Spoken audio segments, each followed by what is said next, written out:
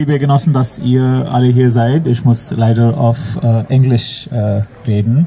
As Comrade Max said, I would talk a bit about the hypocrisy and the double standards of the US-led Western imperialism when it comes to respecting international law, human rights, and fighting anti-Semitism.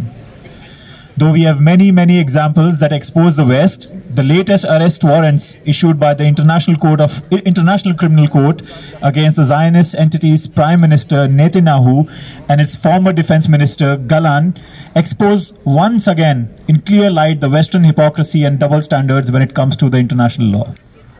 As we all know, the International Criminal Court just a few days back issued warrants for the arrest of these two Zionist criminals for committing crimes against humanity and other war crimes such as starvation of the civilians as an instrument of warfare in Gaza. The news of the arrest warrants caused a great panic in the West and has resulted in hysteric responses from the Western politicians who fear that they could be next in line to get prosecuted for their complicity in the genocide of Palestinians. This was openly stated by US Senator Lindsey Graham, who called for preventing the arrest of Zionists, as that could mean that the ICC would now take action against the US politicians for their complicity in the genocide. Many in the West, who are always the first one to preach human rights and the values of international law to the rest of the world, and who had earlier demanded and supported the arrest of Putin by the ICC, have now, in the case of the arrest of the Zionists, openly declared non-compliance with the ICC, meaning that they would not arrest Netanyahu and the other war criminals. The lead in declaring this non-compliance has been taken by the US government and various other American politicians who have not only declared that they would not arrest the Zionist criminals, but have also made open threats of sanctioning or crushing the economies of any country that would dare to carry out the arrests. The threat, which was specifically sent to the US allies such as Canada, Britain, Germany, France, etc., has already seemed to be working, as France took back its decision to support the ICC and has now declared that it would not arrest the Zionist criminals. The threats by these politicians, however, are not just limited to other countries. They have targeted the International Criminal Court itself. Many of these politicians, while fundamentally questioning the court's legitimacy, have made calls for sanctioning the ICC and its officials, and even threatened a direct military invasion of the country Netherlands, where the International Court is situated. It is not for nothing that in the year 2002, the United States passed into law the so-called Hague Invasion Act that allows the US president to order military action on countries such as Netherlands, where the International Court is located. This is to be done to protect American officials and military personnel from prosecution or rescue them from custody. In other words, the reason for creating this law, which is in complete contradiction with the international law and human rights, is to protect the American ruling class and its allies from facing any prosecution or consequences for numerous genocides and war crimes that they have committed and are committing around the world.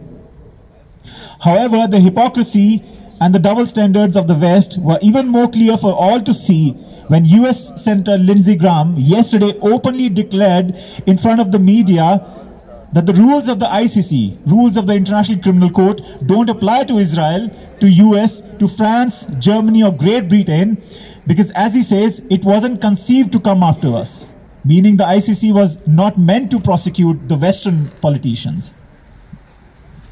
The ICC prosecutor Karim Khan, who brought the arrest warrants against the Zionist criminals, had several months back informed the media of receiving threats while conducting investigations against top Israeli officials, with a senior figure telling him that the court was built for Africa. The ICC court was built for Africa and for thugs like Putin, and not for West and its allies.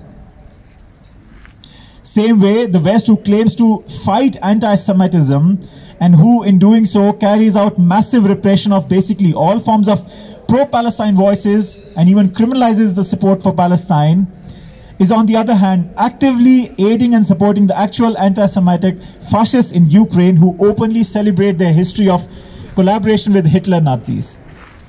This policy of the West to support the Ukrainian Nazis was nowhere more evident than when last year the Canadian Parliament gave a standing ovation and applause to a Ukrainian fascist who fought in the Second World War on the side of the Nazi army.